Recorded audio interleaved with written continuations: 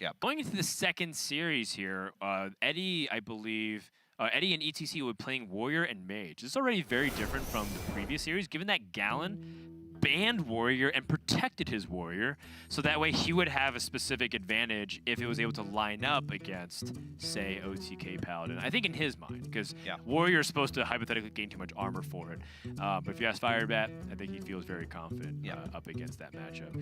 Eddie's going to be playing his mage. This is a Reno Highlander mage. If you have not seen this deck yet, you're not going to see very much longer in its current iteration, given that that center card, Luna's Pocket Galaxy, which got buffed to 5 mana from the Rise of Mechs event just a couple months ago, is now getting reverted back to 7 mana. A little bit too powerful, or very much too powerful. Yeah. I think it rocked a whopping 70% win rate when kept in the opening hand for Mage on average. Yeah, it's pretty brutal, and if you look at the statistics, even at 5 mana, it's at a 70% win rate when kept in the mulligan, a 68% win rate when played on turn 4, 66 win rate when played on turn 5, and a 54% win rate when played on turn 7.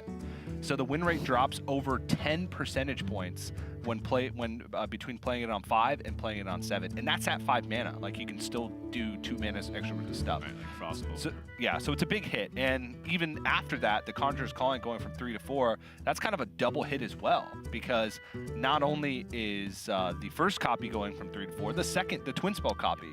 So in order to do a double Conjurer's Calling, it's going from 6 to 8 mana. So Mage getting hit. I'm excited to see where Mage goes from here. I think like Secret Mage has potential. I feel like, you know, Big Spell Mage has potential as well, but only time will tell. And ETC is going to be playing the Warrior deck. Yeah, Warrior deck with some of the new cards that we're featuring. We recognize that these aren't the key cards. I think people would point at Dr. Boom, Mad Genius, Blastmaster Boom being a lot more important for Bomb Warrior, which is different from the Control Warrior that Firebat had, but still the same concept. We're just highlighting some of the new cards. So Frightened Flunky, a new taunt minion that goes along with Armagadillo, which is the buff all of your taunt minions in your hand. Tomb Warden being part of the mix too.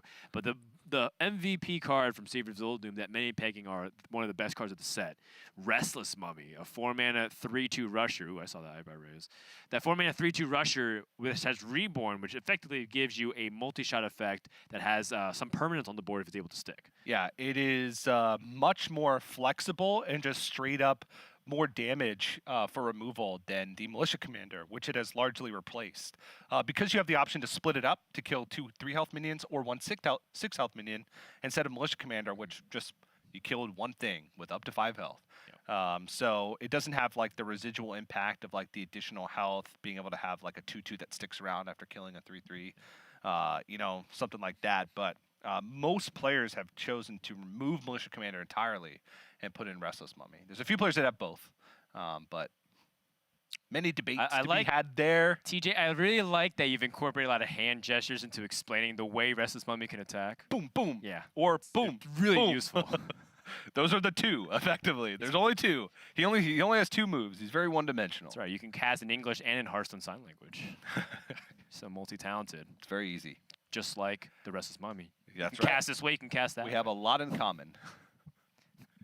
That's right. That's literally the only thing we have in common. We're going to go into game number 1 here momentarily of the Mage versus the Warrior. Bomb Warrior, definitely a deck that is supposed to be pretty good against Highlander decks on paper. Yeah. Mainly because Highlander decks require no duplicates in the deck. You know, we call them Reno Mages. I like to call it Reno Mages. The casters, like Sodal and all of them, insist that we call it Highlander. But given that I was born in the 90s. I like how we're not including ourselves. They were born in the casters. 80s. We're 90s. We're 90s kids. And like, you know, Highlander is an old reference to a movie where, you know, the Immortals, there only could be one that survives. So people called it Highlander. It was a format in other card games. But most people know it as a Reno deck. They function if there's no duplicate cards in your deck. And Bomb Warrior shuffles many bombs into the deck, a lot more than one. Yeah, there's some players, I don't want to say some players. There's one player that sticks... Boomers, let's call them. that sticks into my mind was Magaho from Korea. He's a zoomer.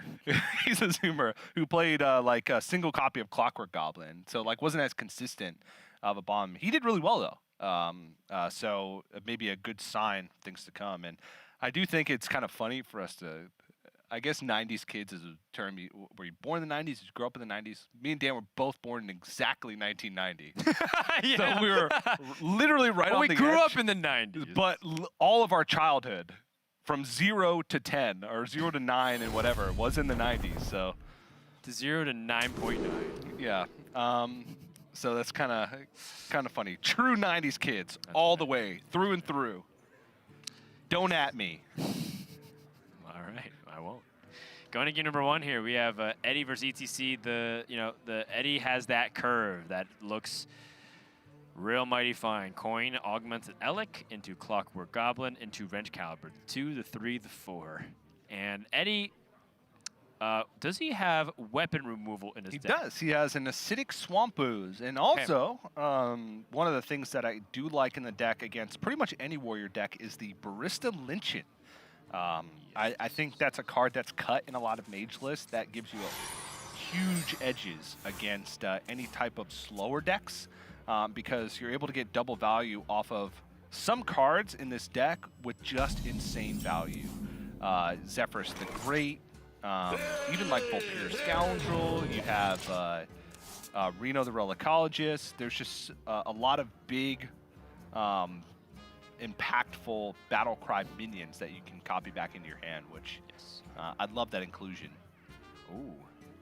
Well, Eddie picks up the Zephyrus on turn 2.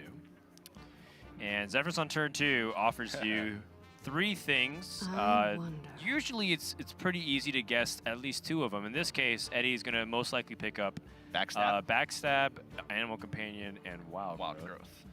If there's no minion on the other side of the board, it'll usually give you Animal Companion, Wild Growth, and Brightwing if you play it on curve. Which I don't think I've ever seen anyone pick Brightwing. I've seen someone pick Brightwing before. Did they win the game? I don't remember.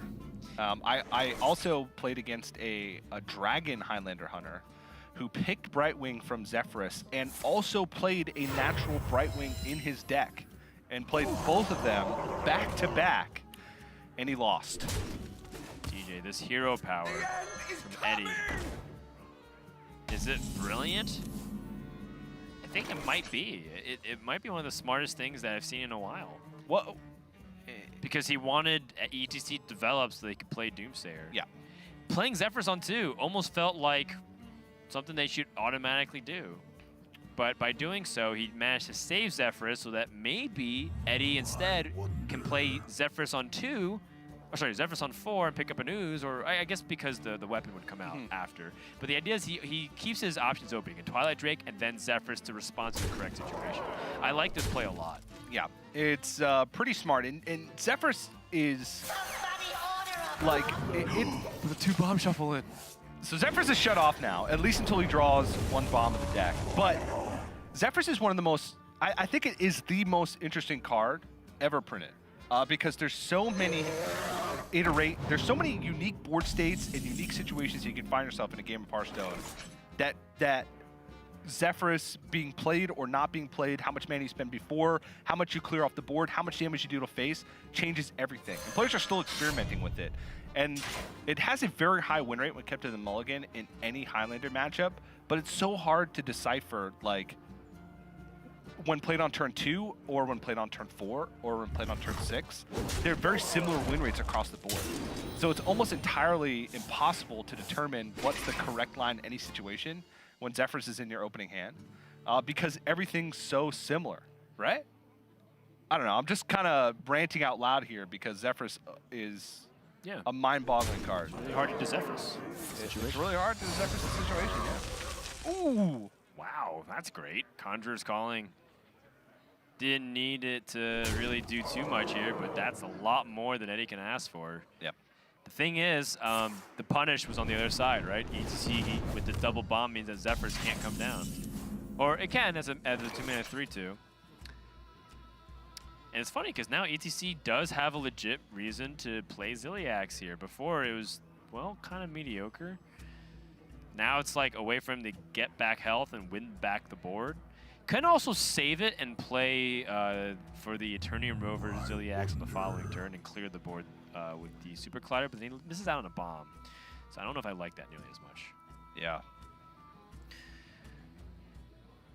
important to note that Eddie does have the mana to play Mountain Giant next turn. And seeing the way ETC has curved out has indicated that ETC is a more aggressive hand and less reactive. Eddie can't really deal with the Giant very easily. Sorry, ETC can. Eddie also can. Eddie can't really deal with a Giant very well either. If Not that that's relevant. I don't know where ETC is going to... Actually, ETC has an Azalina Sultif in his deck. He does. I've seen a handful of Bomb Warriors include it, given that they do dump the hand, and it gives them an ability to help finish in those slower matchups.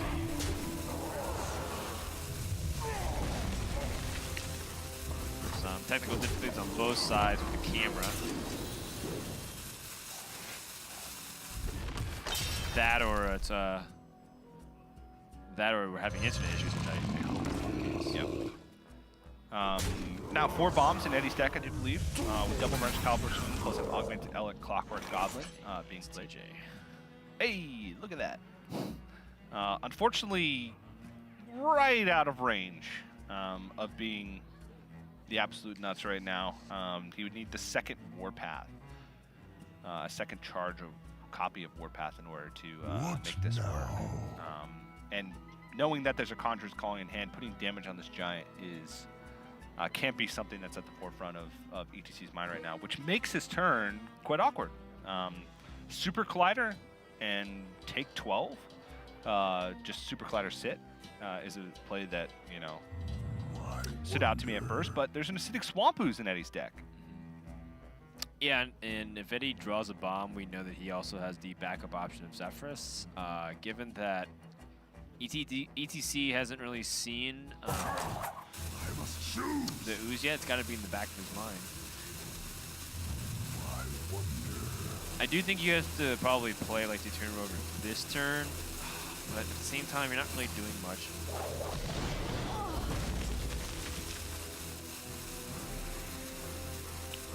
Well, Dan, we're in a little bit of an awkward situation here. Yes, we were alerted that we would have to take a brief intermission. We'll be back in just a sec.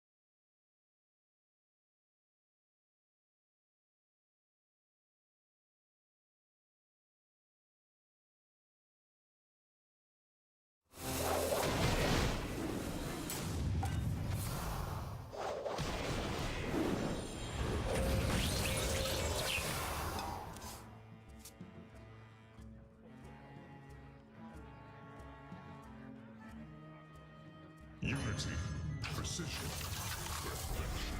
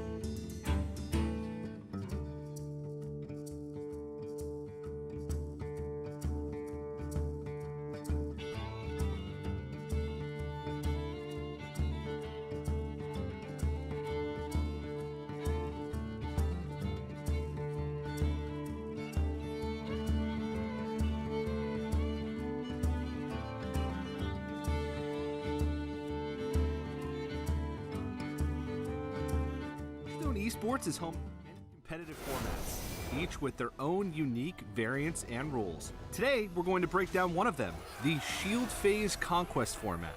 And here's how it works.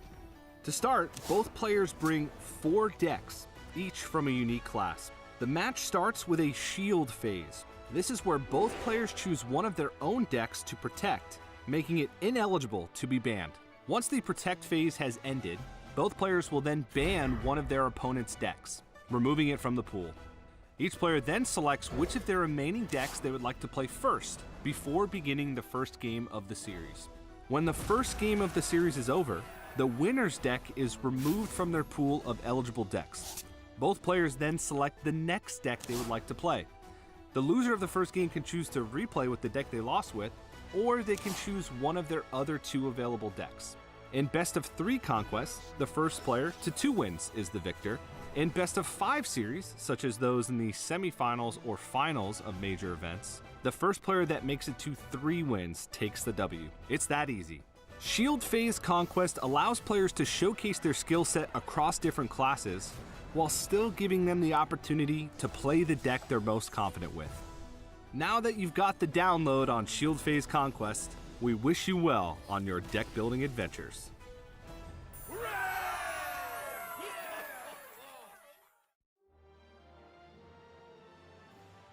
My name is Fei Liang. My handle is EPC. Before Hearthstone, I was playing World of Warcraft, and when I saw Elite Torrent Shift, and I think the card is pretty cool, I'm gonna try it. I think the style I like the most is combo deck, because there are a lot of win conditions and there are a lot of ways you can win the game. My son plays Hearthstone sometimes. Is he good? He got rank 9. He likes Zoo list. Are you going to teach your daughter to play Hearthstone? Yeah, of course. Do you think that she'll be better than him? Probably yes, because I think my daughter is way smarter than my boy. Getting #1 in Grandmaster is gonna totally change my life. I think it proved myself, and my kids are gonna be proud of me.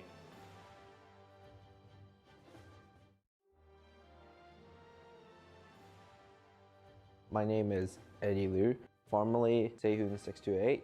Now it's just Eddie playing. My last year I had a pretty successful year, especially since I only played this game for 2 years. I won DreamHack Atlanta. It's only a tour stall, but it meant a lot to me, especially since I was grinding really hard for a win. When I first knew that, I received the email that I got into Grandmaster, I was really excited. I checked my email at 10:30, and I was hyped. I was like, oh my god, is this actually real? I think I'm a very consistent player. I think the X factor for myself is that I hate playing aggro decks, I would say. I'm a very control/anti-control player. I rather outgrind my opponent in resources. I constantly judge myself, oh, is this right? Is what I'm doing correct? And it means a lot. It means a lot to me that if other people are agreeing what I do and what I think. At this point, I just want to make Worlds. I had a pretty good record in Tour Stop. I think I was at least top 10, if not top 5. I think I was lucky. I think this group is the easier group, and I think I have a good chance getting out of groups.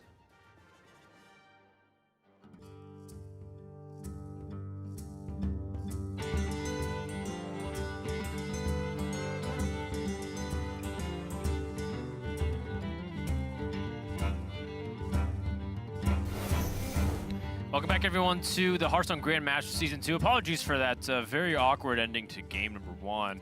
We were told to evacuate the building, to which TJ and I looked at each other and said, nah, let's just stay here and cast Hearthstone. Like, the producer's like, your safety is our highest concern. I'm like, it's not to me. I want to do what I love doing, and I want to die doing it, TJ. So if it's casting Hearthstone, then so be it. But they came and they forcibly removed us from the broadcast. That's right. I want this entire room to be aflame. I want to have a cup of coffee and sip. This is fine.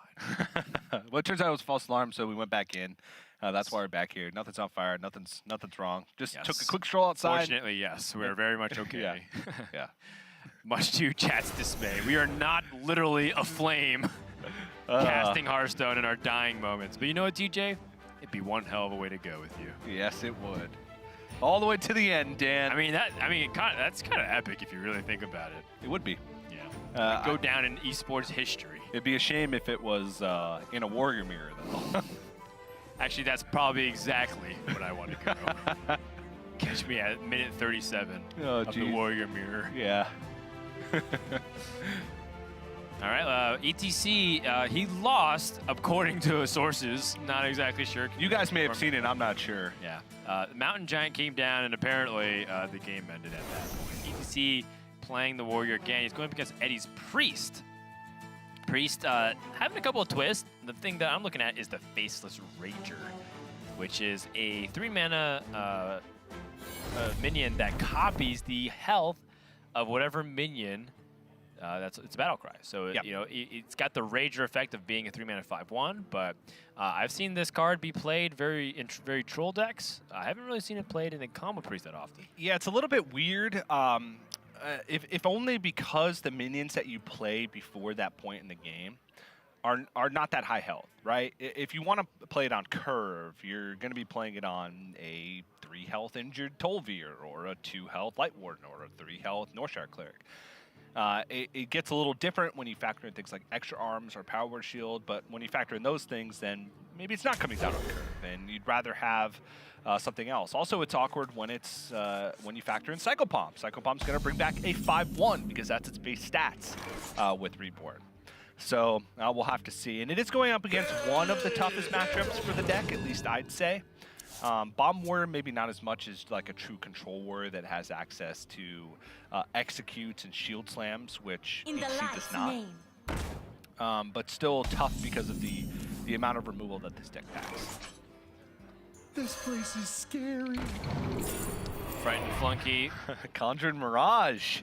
Wow, these are all very awkward picks. Conjured Mirage is timeout that keeps shuffling itself back into your deck. Sort of, yeah. The idea is that Conjure Mirage, if you look at it, says, why would you ever want to play this minion? But the idea is you stall your opponent's turn and then it shuffles back into your deck.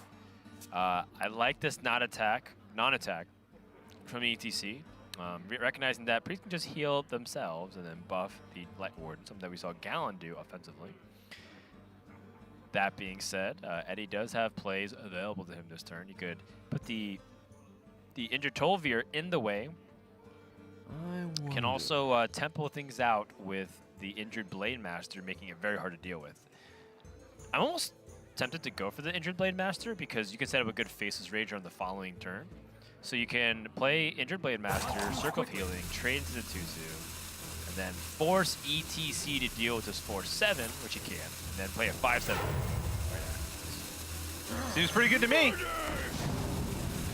That's kind of where this is like the ideal situation for the Faceless Ranger. It also fights for the board a lot better than some of the other minions when just played. Now, granted, you have to play it with a minion on board that has a decent amount of health, but that 5 attack naturally with no buffs means that it's a good tool to kind of control the state of the board better than you'd be able to do with the normal version of the list. Right.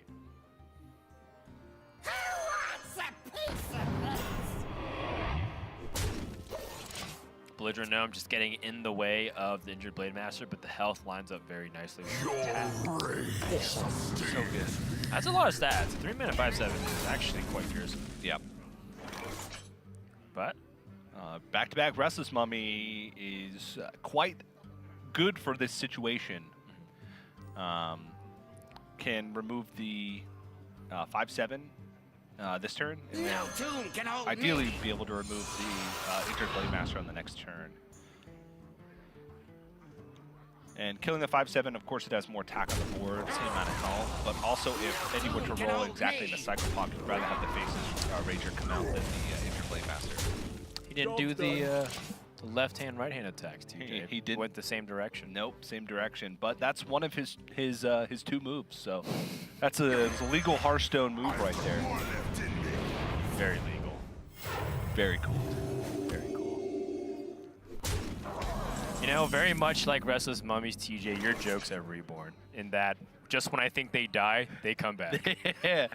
I think that's my specialty, is taking a joke and just jamming it into the ground as hard as I can until only one guy can stand it anymore, and that's admirable. What now? It's a picture of you, and it's the 4-mana 3/2 Jokes Reborn. The 2 keywords. All right, ETC once again has an opportunity to try and fight back for the board, but it's a little bit awkward. Can't kill everything.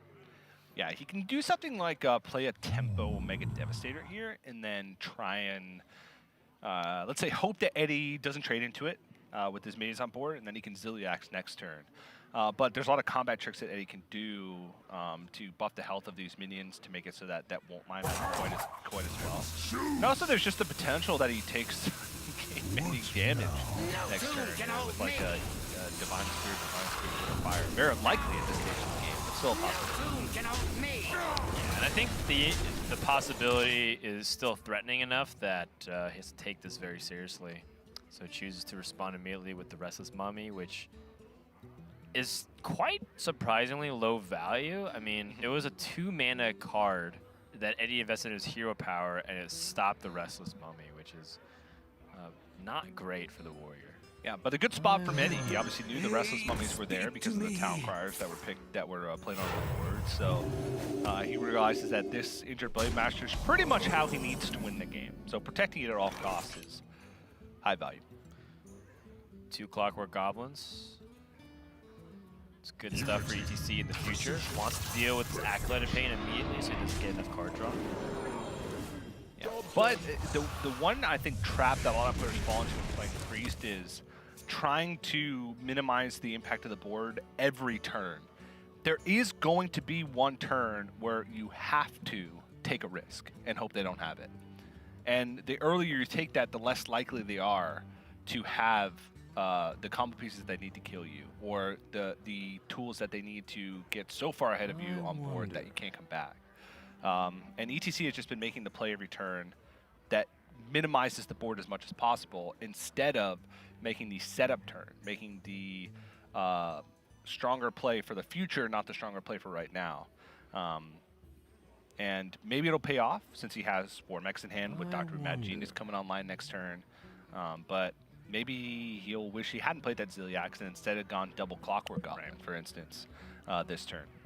Yeah, you can see why some players feel like they don't need Dr. Boom Mad Genius, but you also can see why sometimes you do. You need to respond to the board with all these rushed minions to take apart the board. I've seen players cut it and try to prioritize Blastmaster Boom. So if, ETC, for example, had the Blastmaster, maybe he'd invest into the Clockwork Goblins to get bombs to the board. That's the kind of stuff that the players do evaluate as the game continues to go on. At this point, important to note, ETC doesn't have removal tools, doesn't have a Shield Slam, doesn't have an Execute. It's very hard to deal with this. I'm so And ETC does go up to 35. Still, though, there's a Light Warden on the board and a Pyromancer. Yeah. That is scary. Yeah. So right off the bat, he has 10 base damage. If he draws an Inner Fire, it would go up to 12, 11, 22. So it'd be 22. Wouldn't be enough. So even if Vidi had the perfect cards here, he wouldn't be able to kill him, I don't think. I must consider. If he had like Power Word Shield into Circle of Healing, Yeah, if he had like that yeah. kind of stuff. Yeah. No, Dan, I was talking about the perfect cards, not the perfect cards. Gotcha. My mistake. Interesting that he's not healing first before the Divine Shield. I must consider. He probably plans on. I guess yeah, healing. you're right. Yeah, no, I think he's probably planning on healing the minion after he plays the Divine Spirit. Because if he Divine Spirits, then both his Light Warden and his Pyromancer go down to 1 health. So I think he wants to heal after. Yeah, this is maximum healing? Yeah, maximum healing, maximum damage, maximum tempo. Yeah. 11. That's half his life total gone. And ETC picks up 2 Wardens. Ooh. Okay. Is that better than just Hero Power and double Goblin here? I I think so. Yeah. I don't know. I think the hero power has a lot of value because the hero power by itself We have no taunts. kills off Light Warded. And he can pick apart this entire board except for the injured Blade Master. Right. And then move into Tomb Warden potentially next turn. It's just that, you know, A Inner Fire Draw kills him. Inner Fire Draw kills him. He doesn't know about the Divine Spirit, but it also could be extra arms and things of that nature. Powered Shield. There's a chance. Extra arms. Still good. One turn away from Omega Devastator. That is some real. That's a real big Blade Master. That's like a 3-star Blade Master, TJ. Oh, yes, it is. 8 damage, rock in the face.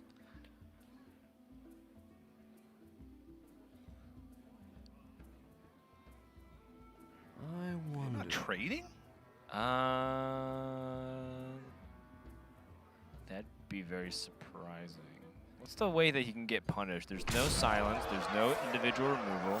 He's a turn away from Omega Devastator. His best play is Azalina Soul Thief and silence the 8/19.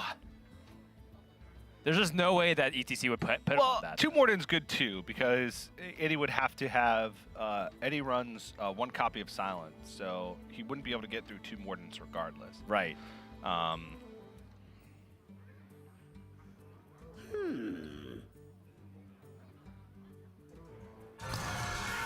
Yeah, the two Tomb Wardens, very big here for ETC to stop the momentum from Eddie. Picks up the inner. Divine Spirit Inner Fire and hope this wins you the game. Oh yeah. Omega Devastator doesn't even tickle this. Funny enough, I wonder if he should silence now to stop Azalina from potentially being able to go get it. He wants to surprise silence the Tomb Warden next turn, Right. And push lethal damage. But ETC has a Frightened Flunky, which is really big. Another Frightened Flunky, which is really big to get another taunt in the way. Cartoon Defender's also worthy. Cartoon Defender is also very good. I kind of like just setting up a bunch of taunts, though. Yeah, but if you set up a bunch of low health taunts, then you're vulnerable to the second wall Pyromancer. Not if you pull it. Ooh, not if you pull it out. Hecklebot. Yeah. Hecklebot knows a thing or two about pulling out, and he's going to be able to maybe dunk on whatever gets pulled like immediately because he also has the Mega Devastator for the following turn, too. So he should be fine.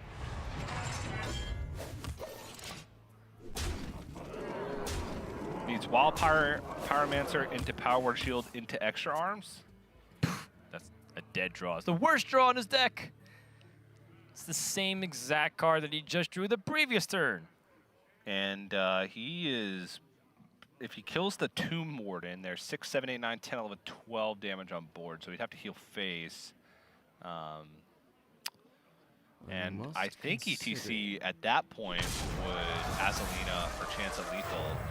It's funny because it's like, to me, ETC just wins by playing Taunt Warrior. Not a single bomb was drawn. Yep. And he ends up just playing like normal taunt minions. Oh, can he kill this 34? I think he might be able to. That's 18 damage. Now that's technically a miss lethal because of Azalina Soul Thief, but he had no way of knowing that. Does he though?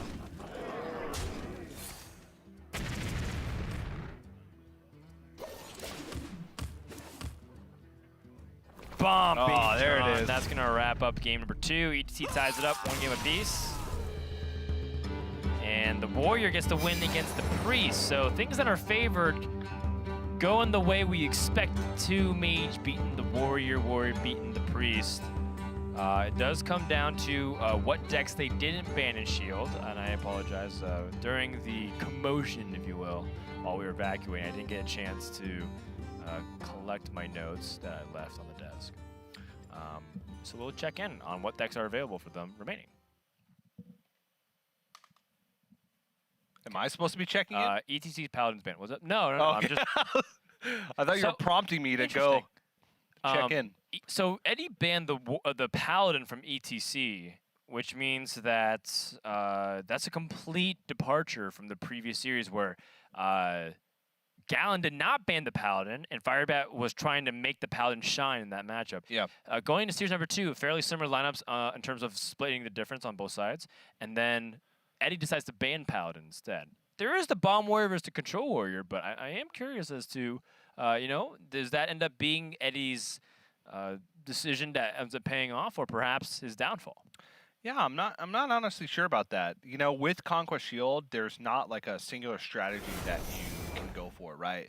A lot of times with the traditional Conquest that we saw in the past, you build a strategy around a ban, and then you look at a ban, look at the second most popular deck, and try and target that deck in a lineup. But there's a lot more like dynamic decision making with the shield phase, because you also have to react to what your opponent shields. You can go into a match with a plan to ban something, but if your opponent shields something you don't expect, you have to change that strategy completely on the fly. And predicting that behavior is, I think, a skill that the players are going to learn over the course of Season 2 of Grandmasters. But for right now, it's all speculation for us, because we don't have insight, and these players often have to make the decisions, based off of the information that they get 5 minutes before a match takes place. But it looks like ETC is going to move to Rogue. Again, deck that is near and dear to my heart. And this is the list that I've enjoyed the most. The single copy of Fairy Dragon with Zephyrus the Great, which you may think, but look at all those 2-ups in your deck. I don't care about the 2-ups. Look at that Myers Unstable Element. That plus Zephyrus can give you finishers. It can give you heal to buy yourself more time and fatigue. It can give you Tyrion. Job's done. It can give you anything. It gives you the perfect card. Could give you the perfect card. And I think that Myers in the opening hand here for ETC, it's a double-edged sword. We've seen, I've experienced it myself, times where the Myers Stable Element is the card you need to win the game, but also it makes your turns a little bit awkward because you'd rather have an early game curve to get to the point where Myers wins the game. And now it might be the point where ETC gets out-tempoed. He does have the classic coin-injured Blade Master into Circle of Healing play that's been iconic to Priest for many years now in Hearthstone. Injured Tolvir is also very similar in that regard. Not quite as powerful, but it comes out of turn sooner. Yeah. So Protects the and I mean, you can even get greedy and wait. It's also fine. ETC's not on the coin, which is partially what makes it a big difference maker. Yeah. I don't think I would play Dread Corsair here, just to be able to have an activator for SI7 agent next turn. Yes. But it also does contest the 1-3 immediately. It does contest the 1-3 immediately, but you have a contest for the 1-3 already available to you with the 3-1 dagger. And like the hardest part without being on the coin for this road deck is finding combo activators. Second Northshire Cleric. Yeah, I'm going off here. You could also High Priest of Met coin Northshire Cleric next turn too. Yeah. Is one card worth the tempo that you can gain from playing a Met and coin Northshire Cleric? Eddie doesn't think so. He wants the card draw now. And I mean, that's front-loading your card draw so that you could maybe use a Met later on. And the 2 cards you draw are fairly important here.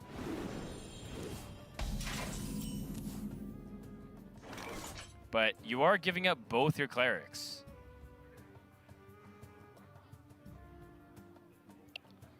Yeah. This is kind of the awkward situation that I was talking about where you're looking for combo activators. Yeah. Well, I mean, I like dropping the SI7 agent here too, just to get semblance of board presence. You get Sap and Hook Scimitar the following turn. Yep.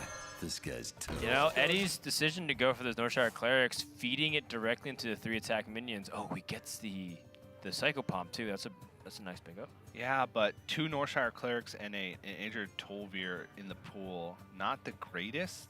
You can immediately Circle of Healing and draw again if you get to Cleric. Yeah, that's true. Could High Priest Amit and hope that even if ETC kills it, it improves your res pool significantly for Psychopomp. also, if High Priest event sticks, then you play Psycho Pomp and get a 7 health Psycho Pomp and a 7 health whatever minion were to be rezzed.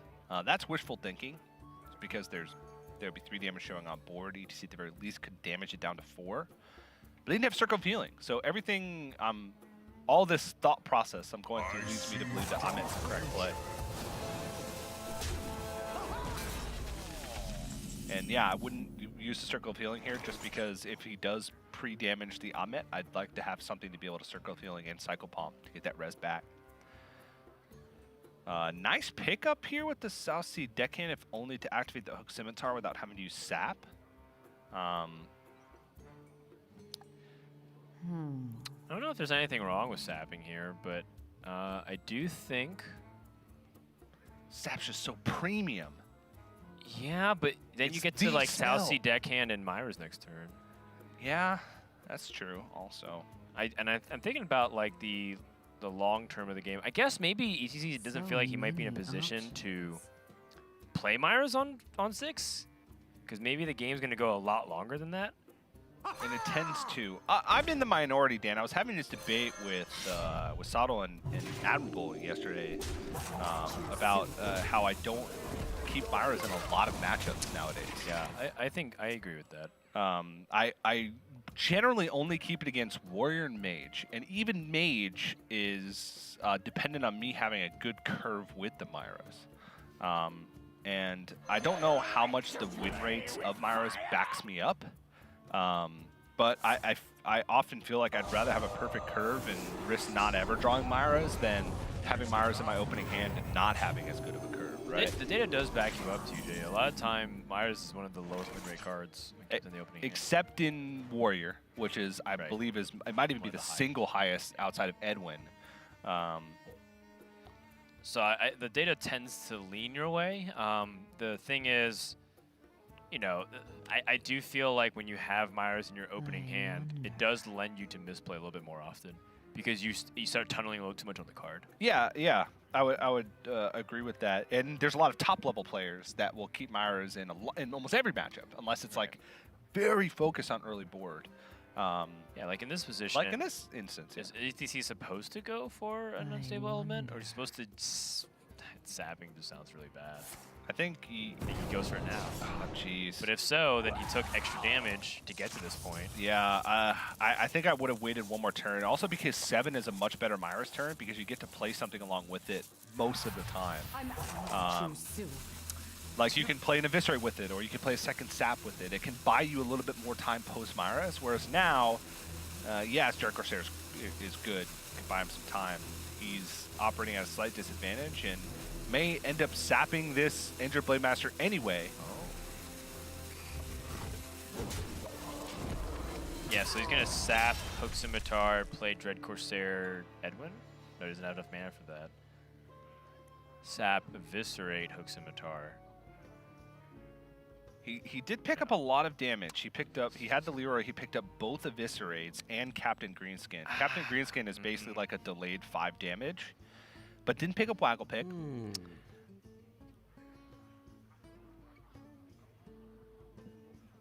Yeah, I think ETC is going to take it pretty slow. He's going to like sap maybe Evil Miscreant then. No, you're right. 7 mana was much better for a Myra's turn, or going for 5 and immediately trying to tempo the following. But Eddie's game plan can change here. Like he just has to keep his life total as high as possible. Outlast, no. And try and just develop something every turn to force a reaction out of ETC. Right. He doesn't have to try and pick up combo pieces. He doesn't have to worry about that. ETC's dead in 4 turns.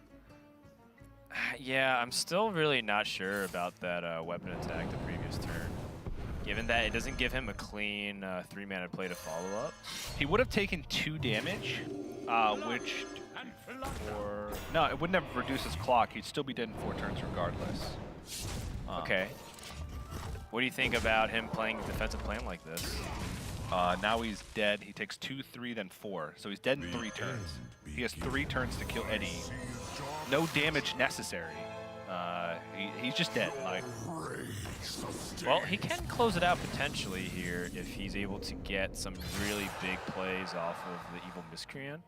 but My main criticism with the weapon attack is that it doesn't have a cheap combo activator anymore. So he had to have like invested sap into his plays instead of Dread Corsair 3-mana play, 3-mana play. He needed to make a big Edwin, I think. Yeah. That previous turn, he was on 7 mana, so it would have been Dread Corsair, Evil Miscreant, Lackey, Edwin. Yeah. You have an 8/8 to start clocking. And maybe he's not given that much time. Like maybe Eddie develops a lot like he did, and his 8/8's not going to stick. Right. I kind of see the logic behind ETC's plays. I feel like he cornered himself, though. And now that he's in this position, I don't think there's a way for him to win. Yeah. I think he played... I think he played a little bit too defensively. As if he was afraid of dying at any second from Eddie. Yeah. Which is, a fairly reasonable fear to have. Now, granted, I do think that for the Rogue in this matchup, they do need to play somewhat defensively. Like the first 5 turns, you're not sending any damage phase. You're sending everything into minions, unless there's absolutely no minions and the priest has a dead hand. Now, that's okay, but helps stall. But stall doesn't really do anything right now because he's dead to fatigue. Okay. So unfortunately for ETC, Eddie's going to take the victory. That's a big win for him after that pretty rough game number 2 for him and the first priest win of America's Grandmasters. Yeah, and I think ETC has to go back to the drawing board there because I felt like that was a pretty decent draw, even though he had like awkward moments. Like Leroy in the opening hand is always kind of brutal, especially in that matchup. Yeah, but I think when you have Myra's in, it gives you a way that you can craft a game plan around it. Yeah. And it felt like he was a little indecisive. The only thing I probably would have said was just be a little cleaner with your mana expenditure. Yeah. It felt like he was floating a little bit too much in every corner and then kind of got stuck in awkward spots. Yeah.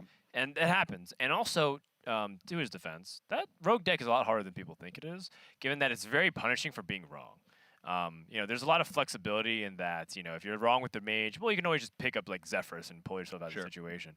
Not really the case with Rogue. If you make a wrong turn at any point, it's like, you're just kind of locked out of the game. Yeah, if you miss any point of damage, if you miss sequence of play, if you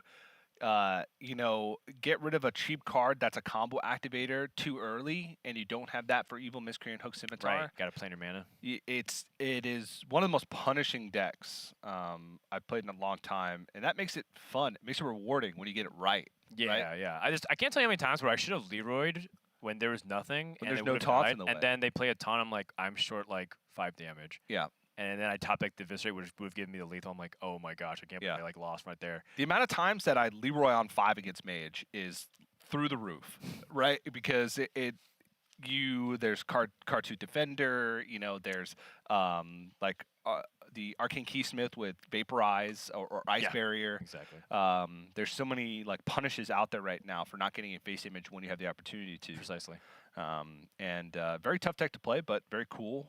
And a little bit of a change of pace from last season where we didn't really see any burn decks in the metagame. Rogue got pretty aggressive in the It beginning. got pretty aggressive, but it got progressively greedier. Exactly, And then yeah. it was like, well, this is not even really a rogue deck. It felt like a valued mid-range rogue deck, which is not something that we're traditionally used to. And then we started calling it Burgle Rogue instead of like a Tempo Rogue because it just wasn't fighting nearly as much. And then there was Water Rogue, which put in Steed Giants, and I was like, this is not my face damage. It's really not. Hashtag not my rogue.